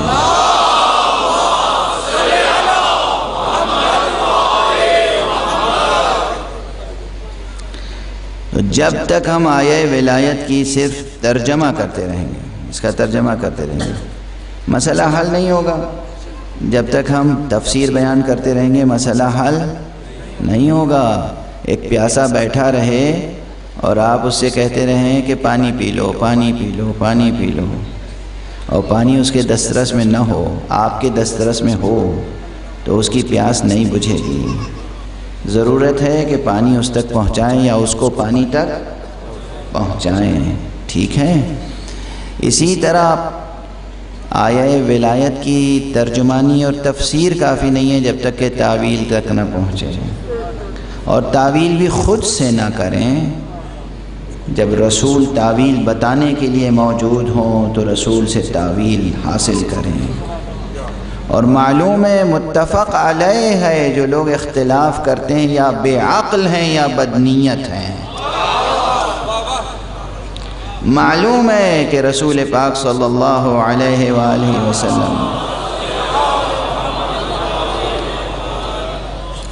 تعویل بیان فرمائی، ایک نہیں بار بار بیان فرمائی، دعوت ذوالعشیرہ سے لے کر اور غدیر تک، اور غدیر سے لے کر اپنے وصال تک بار بار تعویل بیان فرمائی، ہر صیغے میں، ہر اصطلاح میں، اور مسلمانوں کو ان کی لیڈرشپ کی حقیقت سے آشنا کیا۔ دیکھیے یاد رکھیے گا، ہماری کوئی بھی مجلس ہو، لوگ کہتے ہیں، میں دہراؤں گا نہیں لفظ، آپ کو جلال آ جائے گا، اور سوچئے کہ ہم پہ کیا گزرتی ہوگی۔ اب دنیا میں ایسے لوگ پیدا ہو گئے ہیں جو کہتے ہیں کہ جناب ہمت نہیں ہو رہی ہے کہ میں آپ کے سامنے جملہ نقل کروں۔ ایسے قسی القلب شقی القلب ایسے لوگ ہیں جو کہتے ہیں کہ بھئی علی کے فضائل سنتے سنتے تھک گئے، کچھ اور پڑھا کیجئے۔ ہم کبھی بھی علی کا دامن چھوڑ نہیں سکتے، اور یہ جو ہم ذکر مولا علی کرتے ہیں یہ پورے عالم انسانیت پر احسان کرتے ہیں۔ خود تو ہم سعادت حاصل کرتے ہیں، خود ہم عبادت کرتے ہیں، خود ہم بندگی کرتے ہیں، مگر دوسروں کے لیے احسان ہے ہمارا کہ ہم علی اور آل علی کا تذکرہ کرتے رہتے ہیں، تاکہ معلوم رہے کہ بشریت کا معیار ہدایت کیا ہوتا ہے۔ لیڈرشپ کسے کہتے ہیں؟ لیڈرشپ کسے کہتے ہیں؟ رہبری کسے کہتے ہیں؟ امامت کسے کہتے ہیں؟ کل میں نے ایک جملہ عرض کیا تھا گلستان زہرا کی مجلس میں کہ اسی قرآن میں جہاں ختم نبوت کا اعلان ہے وہیں یہ اعلان ہے کہ امامت جاری رہے گی۔ جہاں یہ اعلان ہے کہ نبوت ہم ختم کر رہے ہیں وہیں یہ اعلان ہے کہ نبوت جاری رہے گی۔ انہی معروف آیتوں میں، اسی معروف آیت میں وہی جناب ابراہیم کی امامت کی آیت، وہیں یہ چیز ثابت ہے کہ اللہ نے امامت کے قیامت تک جاری رکھنے کا وعدہ فرمایا ہے، اور وہ بھی ایسا عظیم الشان وعدہ کہ دیکھو امامت جاری تو رہے گی مگر دو شرطوں کے ساتھ۔ ایک شرط یہ ہے کہ ذریت ابراہیم میں رہے گی، دوسری شرط یہ ہے کہ معصوموں کے پاس رہے گی، غیر معصوموں کے پاس نہیں رہے گی۔ توجہ ہے، غیر معصوم امام نہیں ہو سکتا۔ جو ذریت ابراہیم سے نہ ہو یعنی ذریت محمد سے نہ ہو یعنی ذریت زہرا سے نہ ہو، سلام اللہ علیہ، وہ امام نہیں ہو سکتا۔ یہ سب چیزیں بالکل اس طرح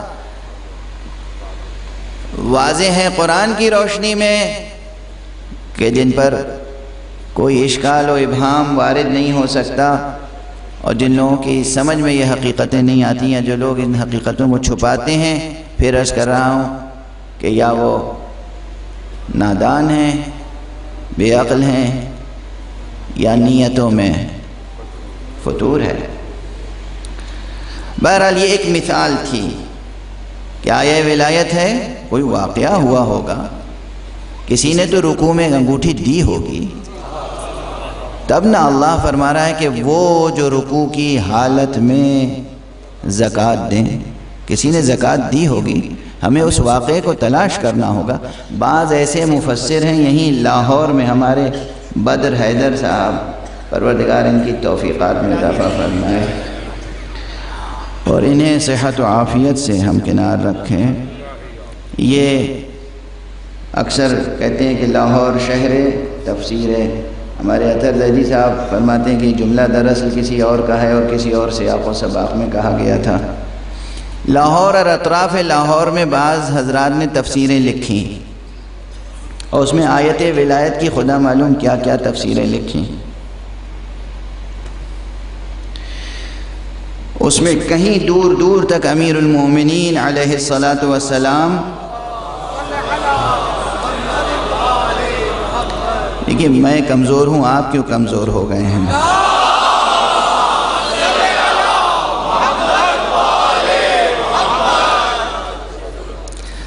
حضرت کا تذکرہ دور دور تک نہیں کیا، اس واقعے کا تذکرہ نہیں کیا، اور بعض لوگوں نے کیا تو اس کو روایت کو ضعیف وغیرہ کہہ کر، نہ یہ روایت ضعیف ہے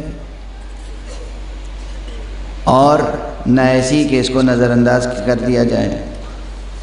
اس کی تعویل یہی ہے، ترجمے و تفسیر سے کام نہیں چلے گا، تعویل یہی ہے کہ آیہ ولایت شان امیر المؤمنین علی ابن ابی طالب میں نازل۔ یہ کوئی معمولی سی فضیلت نہیں ہے، چھوٹی سی فضیلت نہیں ہے۔ ایک صاحب یہیں لاہور میں ہیں، آج بالکل میری طبیعت ساتھ نہیں دے رہی ہے،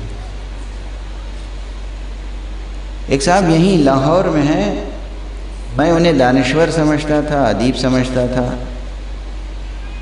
لیکن ان کی زبان سے جب حضرت علی علیہ السلام کی اہانت سنی میں نے تو میرے دل میں اب ان کے لیے کوئی جگہ باقی نہیں ہے، اور نہ اب میری نظر میں وہ دانشور ہے نہ ادیب۔ ادیب تو اسے کہتے ہیں جو ادب رکھتا ہو، جو علی کی شان میں بے ادبی کرے وہ ادیب کیسے ہو سکتا ہے؟ جو علی کا ادب نہ جانے وہ ادیب کیسے ہو سکتا ہے؟ امیر المومنین علیہ السلام کے فضائل کے لیے کہتے ہیں کہ ارے ایک معمولی سی فضیلت ہوتی ہے، معمولی سی فضیلت ہے علی ابن ابی طالب علیہ السلام۔ اور یہ بھی یاد رکھیے جملہ کہ ویسے تو خود انسٹیٹیوشن امامت کا جاری و ساری و زندہ انسٹیٹیوشن ہے، لیکن خود امیر المومنین علیہ السلام اور ہمارے 12 اماموں کی شان یہ ہے جو انبیاء سے بہت مختلف ہے۔ ہم حضرت آدم سے لے کر اور حضرت عیسیٰ علیہ السلام تک ہر نبی کے لیے کہتے ہیں وہ نبی تھے، نبی تھے، نبی تھے، اور اپنے پیغمبر کو کہتے ہیں نبی ہیں۔ لیکن ہم علی کے لیے یہ نہیں کہتے امام تھے، علی کل بھی امام تھے، آج بھی امام ہیں، حسن کل بھی امام تھے، آج بھی امام ہیں، حسین کل بھی امام تھے، آج بھی امام ہیں۔ ان 12 اماموں میں سے کسی کی امامت کا سلسلہ منقطع نہیں ہوا ہے۔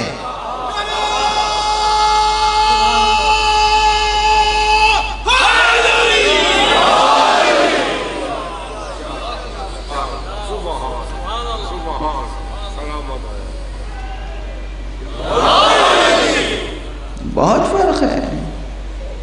جناب موسیٰ نبی تھے، محمد نبی ہیں، مگر ائمہ علیہم السلام کے سلسلے میں ان کی وفات و شہادت کے باوجود ہم یہ نہیں کہہ سکتے علی امام تھے، علی آج بھی امام ہے۔ تو اس لیے امیر المومنین کی امامت و ولایت کا مسئلہ ماضی کا مسئلہ نہیں ہے۔ پھر عرض کروں گا اس جملے کو سمجھیں، یہ ہماری زندگی کا مسئلہ ہے، یہ ہمارے جینے مرنے کا مسئلہ ہے، اور صرف ہمارے نہیں، ملت اسلامیہ کے۔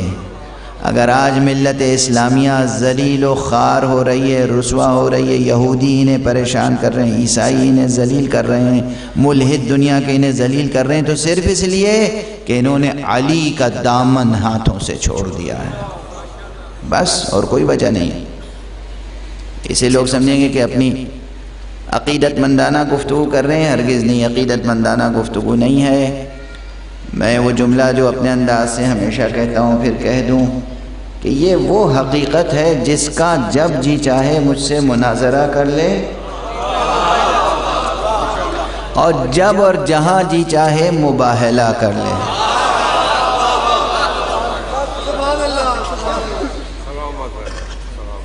ہم علی کی ولایت کے مسئلے پر مباہلہ کر سکتے ہیں۔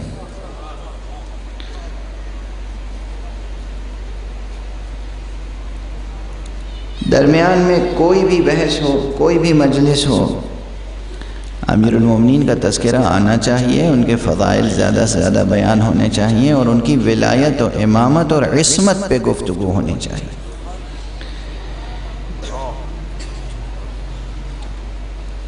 بات آ گئی ہے تو عرض کروں ایک جملہ اور پھر گفتگو کو ختم کروں۔ بعض حضرات ہیں جو سب کچھ ان کی سمجھ میں آ جاتا ہے، عصمت سمجھ میں نہیں آتی۔ ٹھیک ہے، ایک صاحب اس دنیا میں نہیں ہیں، اب پہلے ہوا کرتے تھے، ان سے میرا مناظرہ بھی ہوا تھا نیو یارک میں۔ عجیب و غریب پر اسرار شخصیت تھی۔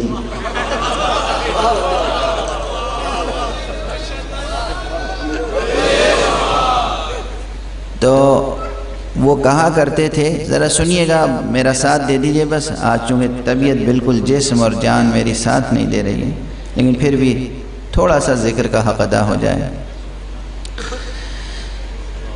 وہ کہا کرتے تھے، اور اب بھی ان کی یہ بولی بولنے والے لوگ ہوں گے بہت سے، کہ صاحب اسلام کو سب سے زیادہ نقصان جس نظریے سے پہنچا وہ نظریہ عصمت ہے۔ غیرت آنی چاہیے، حیا آنی چاہیے، شرم آنی چاہیے۔ جملہ کیا کہہ رہے ہیں؟ عصمت کے معنی کیا ہے؟ عصمت یعنی بے خطا ہونا، بے قصور ہونا۔ اللہ کی طرف سے جو رہبر ہیں انہیں بے خطا بے قصور نہیں ہونا چاہیے تو کیا خطا کار ہونا چاہیے؟ اور یہ جملہ میں پہلے عرض کر چکا ہوں کہ انسانوں، اللہ نے تو قرآن نازل کیا، دین نازل کیا، رسول کو بھیجا اسی لیے تاکہ تم میں سے ہر ایک معصوم بنے۔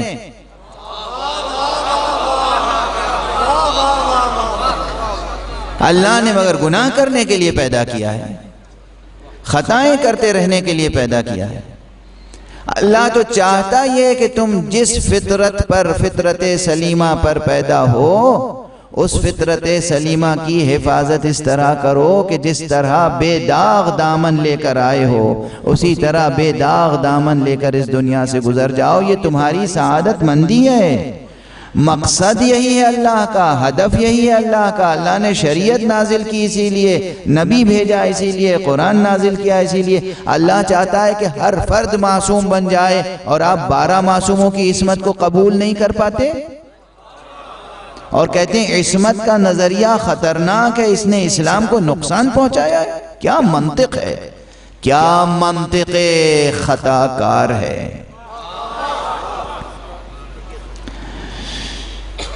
مجرمین کی منطق ہو سکتی ہے یہ۔ اب بس ایک فقرہ عرض کر کے اور گفتگو سمیٹ دیتا ہوں۔ یہی ابھی جو درمیان میں بات آ گئی تھی حدیث ثقلین کی، یہ حدیث ثقلین تنہا کافی ہے دلیل عصمت ائمہ 12 کے لیے۔ 12 کے 12 اماموں کے معصوم ہونے کی دلیل ایک ہے، اور وہ کیا؟ حدیث ثقلین۔ کسی لحاظ سے پیغمبر نے کیا فرمایا؟ پیغمبر نے فرمایا جوانان عزیز، یہ آپ کے حدیث نو کے زبان ہونی چاہیے، یاد ہونی چاہیے۔ کیوں؟ وصیت ہے آپ کے رسول کی۔ کوئی لائق بیٹا اپنے باپ کی وصیت کو فراموش کرتا ہے کیا؟ نہیں کرتا نا۔ رسول اللہ کی وصیت مسلمان کے ہر فرد کو یاد ہونی چاہیے۔ اب آپ غور فرمائیے کہ رسول نے کیا وصیت فرمائی؟ انی تارک فیکم الثقلین، میں تمہارے درمیان 2 گراں قدر، 2 نفیس، 2 بیش بہا، 2 نفیس چیزیں چھوڑ کر جا رہا ہوں۔ وہ 2 چیزیں کیا ہیں؟ کتاب اللہ وعطرتی، اللہ کی کتاب اور میری عطرت۔ اور اس کے بعد یہ بھی فرمایا کہ نبأنی اللطیف الخبیر، اس لطیف و خبیر پروردگار نے مجھے اطلاع دی ہے۔ کیا اطلاع دی ہے؟ کہ انہما لن یفترقا، یہ ایک دوسرے سے جدا نہیں ہوں گے، حتی یردا علی الحوض، یہاں تک کہ یہ روز قیامت حوض کوثر پر مجھ سے ملاقات کریں، یہ دونوں ایک دوسرے سے جدا نہیں ہوں گے۔ اب بہت معمولی سا مسئلہ ہے، اللہ معصوم ہے یا نہیں؟ اللہ معصوم ہے۔ اللہ کا رسول معصوم ہے یا نہیں؟ اللہ کا رسول معصوم ہے۔ قرآن معصوم ہے یا نہیں؟ قرآن معصوم ہے۔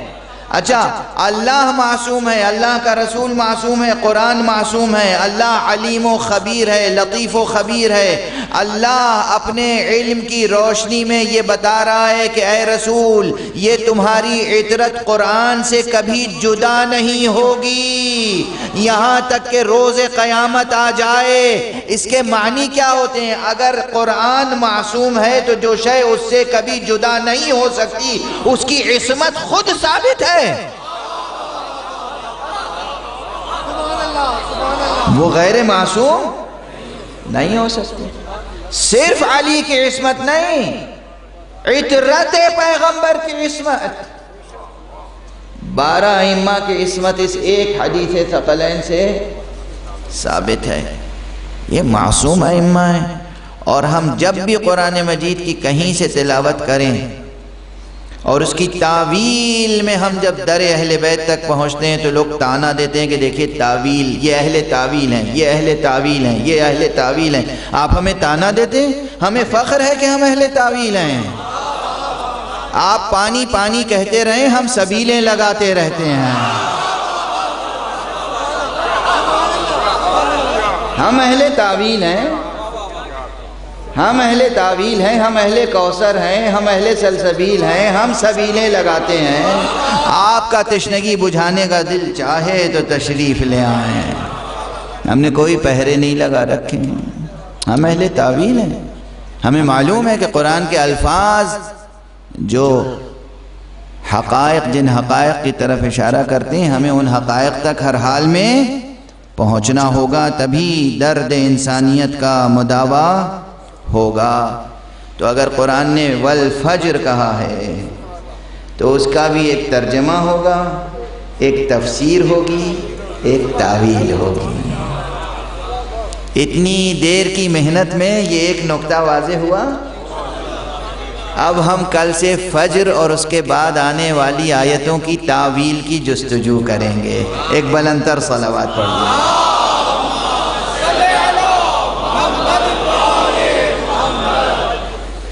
ترجمانی اور تفسیر کسی حد تک ادھوری تفسیر آج ہوئی کہ فجر سے مراد وہ فجر بھی ہے جسے آپ فجر ازل کہہ سکتے ہیں، فجر سے مراد وہ فجریں بھی ہیں کہ جو 6 دنوں کی ہر عہد تخلیق کا آغاز ایک فجر ہے، اور فجر سے مراد یہ فجر بھی ہے جو روز ہوتی ہے، لیکن فجر سے مراد وہ فجر بھی ہے جو 10 محرم کو سن 61 ہجری میں نمودار ہوئی تھی،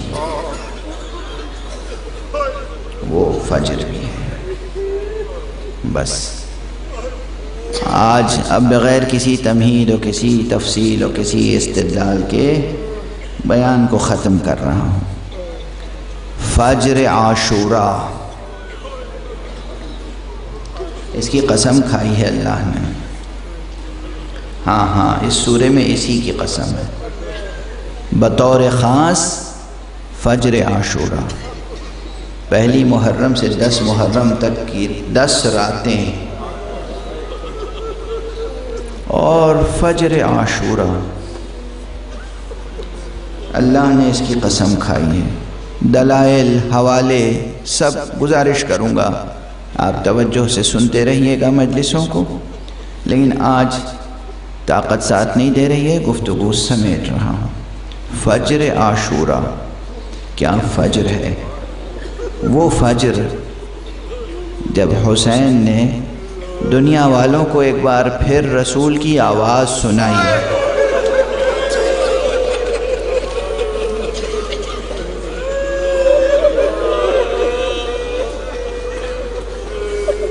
حکمت معصوم، حکمت معصوم، حکمت معصوم۔ آقا کے قافلے میں ایک مؤذن تھا جو روز اذان دیتا تھا۔ اس دن آپ نے کہا مؤذن سے کہ تم اذان نہ دو، اپنے اس بیٹے کو آواز دی، علی اکبر بیٹا اذان دو۔ میر انیس علیہ الرحمہ نے کیا خوبصورت بیت کہی ہے، بلبل چہک رہا تھا ریاض رسول میں، شعبے صدا میں پنکھڑیاں جیسے پھول میں، بلبل چہک رہا تھا ریاض رسول میں۔ یہ آواز علی اکبر کی آواز تھی جو اتمام حجت کے لیے تھی، اتمام حجت۔ کیا فجر تھی، کیا حسین فجر، کیا عظیم فجر، کیا پرہیبت فجر، فجر عاشورہ۔ جو اس فجر سے وابستہ رہے گا وہی فجر قیامت میں رستگار ہوگا۔ بس گفتگو ختم کر لوں۔ یہ فجر عاشورہ جو نمودار ہوئی تو ہر ایک کے لیے الگ انداز سے آزمائش لے کے آئی تھی۔ ہمارے چوتھے امام کی آزمائش عجب انداز سے تھی۔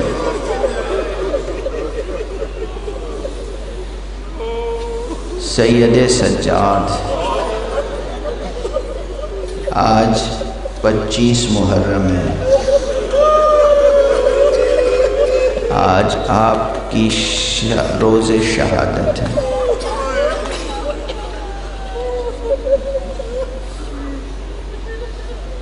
امام سجاد کی عظمتیں، امام سجاد کی مشکلیں، امام سجاد کی مصیبتیں، آزمائشیں پڑھنے کے لیے بڑی طاقت چاہیے، بڑا حوصلہ چاہیے، بڑا صبر چاہیے۔ مجھے نہیں معلوم کہ لوگ کیسے پڑھتے ہیں، مجھے نہیں معلوم کہ میں خود کیسے مصائب پڑھتا ہوں، ورنہ عام حالات میں مجھ سے پڑھا نہیں جاتا۔ اکثر یہ ہوتا ہے کہ مقتل کی کتاب میرے ہاتھ میں ہوتی ہے تنہا کمرے میں، اور تنہا گریہ کرتا ہوں، تنہا ماتم کرتا ہوں، تنہا فریاد کرتا ہوں۔ وہ مصائب گزرے ہیں کہ ان مصائب کا بیان کرنے کے لیے بڑا دل چاہیے،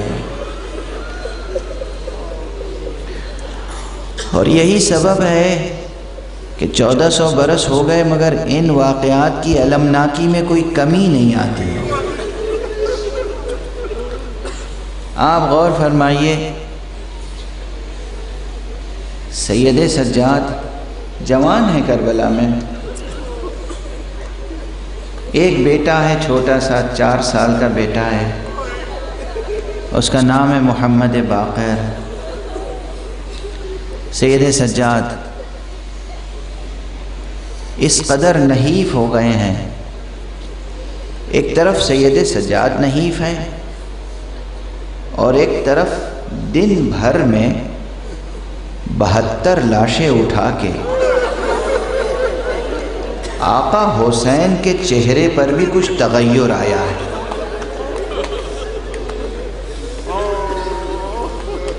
کتابوں میں لکھا ہوا ہے، مگر سوچئے اس تصور کو ذہن میں لائیے،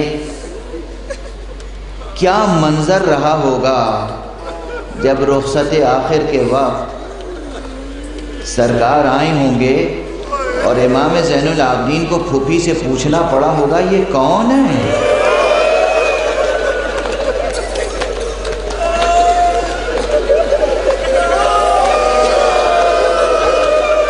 کیا منظر، کیا منظر!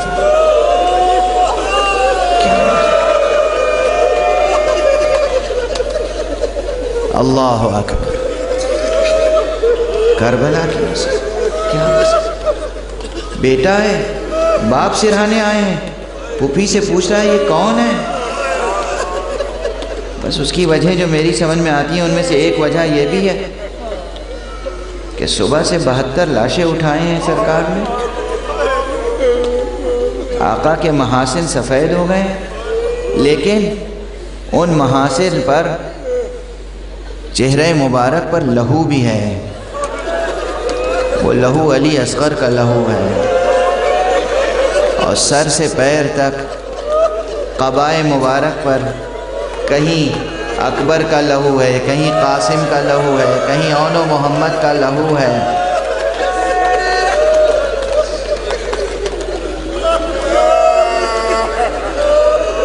تصور کریں،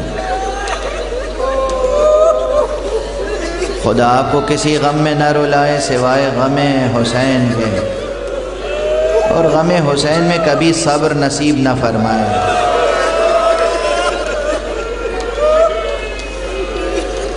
کیا آزمائش ہے! جب پھوپھی نے کہا بیٹا بابا ہیں، تو ایک مرتبہ دیکھا اور کہا بابا یہ میں کیا دیکھ رہا ہوں؟ آپ کے ساتھ ہمیشہ بھیا علی اکبر ہوتے تھے، آپ کے ساتھ ہمیشہ عباس ہوتے تھے، آپ کے ساتھ ہمیشہ اون و محمد ہوتے تھے، یہ آپ تنہا کیسے ہیں؟ اون و محمد کہاں ہیں؟ فرمایا قد قتل، وہ قتل کر دیے گئے۔ علی اکبر کہاں ہیں؟ فرمایا قد قتل۔ چچا عباس کہاں ہیں؟ کہا قد قتل۔ اس کے بعد ایک جملہ کہا بیٹا مردوں میں اب تمہارے اور میرے علاوہ کوئی باقی نہیں ہے، اجرکم علی اللہ، اجرکم علی اللہ، اجرکم۔ آقا نے سنا اور اس کے بعد فرمایا پھوپھی اماں ذرا مجھے سہارا دیجئے۔ اٹھنا چاہا، بلند ہونا چاہا، عزم جہاد کا اظہار فرمایا۔ بابا نے کہا بیٹا تمہیں زندہ رہنا ہے، ابھی سلسلہ امامت کو باقی رہنا ہے، ابھی نسل مصطفیٰ کو باقی رہنا ہے۔ آقا نے اطاعت فرمائی، امام نے اسرار امامت تلقین فرمائے، اسرار امامت ودیعت فرمائے، بیٹے کو خدا حافظ کہا اور اس کے بعد میدان میں تشریف لے گئے۔ اس کے بعد سید سجاد پر جو اور منزلیں آئیں، جو مرحلے آئے، جو مشکلیں آئیں، جو مصیبتیں آئیں، آپ مسلسل سنتے آ رہے ہیں۔ میں بس آج چونکہ خود آقا کا روز شہادت ہے، اس لیے ایک بیان مصائب آپ کے سامنے پیش کرنا چاہتا ہوں۔ آقا پہ جو سب سے زیادہ صدمہ تھا وہ کس بات کا تھا؟ بے شمار مصائب تھے، لیکن 2 صدمے سب سے زیادہ تھے، جن میں سے ایک صدمہ یہ تھا کہ جس کا اظہار آپ نے اس وقت کیا جب وصیت فرما رہے تھے، جب آپ کو زہر دیا گیا ہے اور زہر کا اثر جسم میں پھیل گیا، چہرے کا رنگ متغیر ہو گیا، علاج و معالجہ کام نہیں آیا اور آپ کا وقت آخر آیا، آپ نے سب کو بلایا، وصیتیں کرنا شروع کی۔ وصیتیں جب تمام ہوئیں تو آپ نے فرمایا بیٹا مجھے زمین پر لیٹا دو۔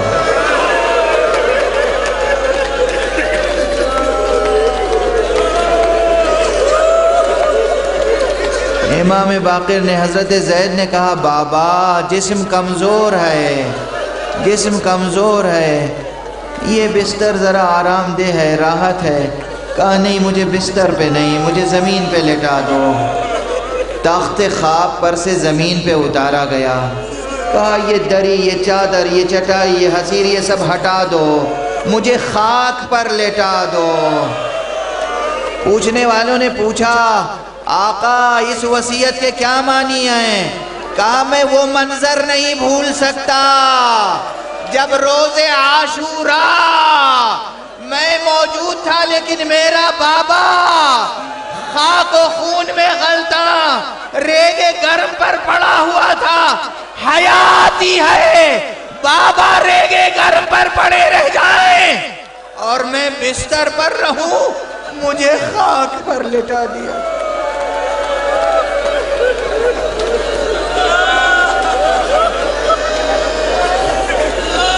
اِنَّا لِلَّهِ وَإِنَّا إِلَيْهِ رَاجِعُونَ رضاً بِقَضَائِهِ وَتَسْلِيمًا لِأَمْرِهِ۔ پروردگار ہمیں علوم قرآن اور معارف اہل بیت سے آشنا فرما۔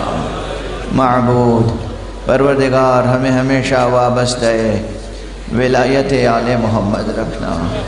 پروردگار جہاں جہاں فرش عزا بچھا ہوا ہے، جہاں جہاں مومنین عزاداری کر رہے ہیں، ان سب کو اپنے حفظ و امان میں رکھ۔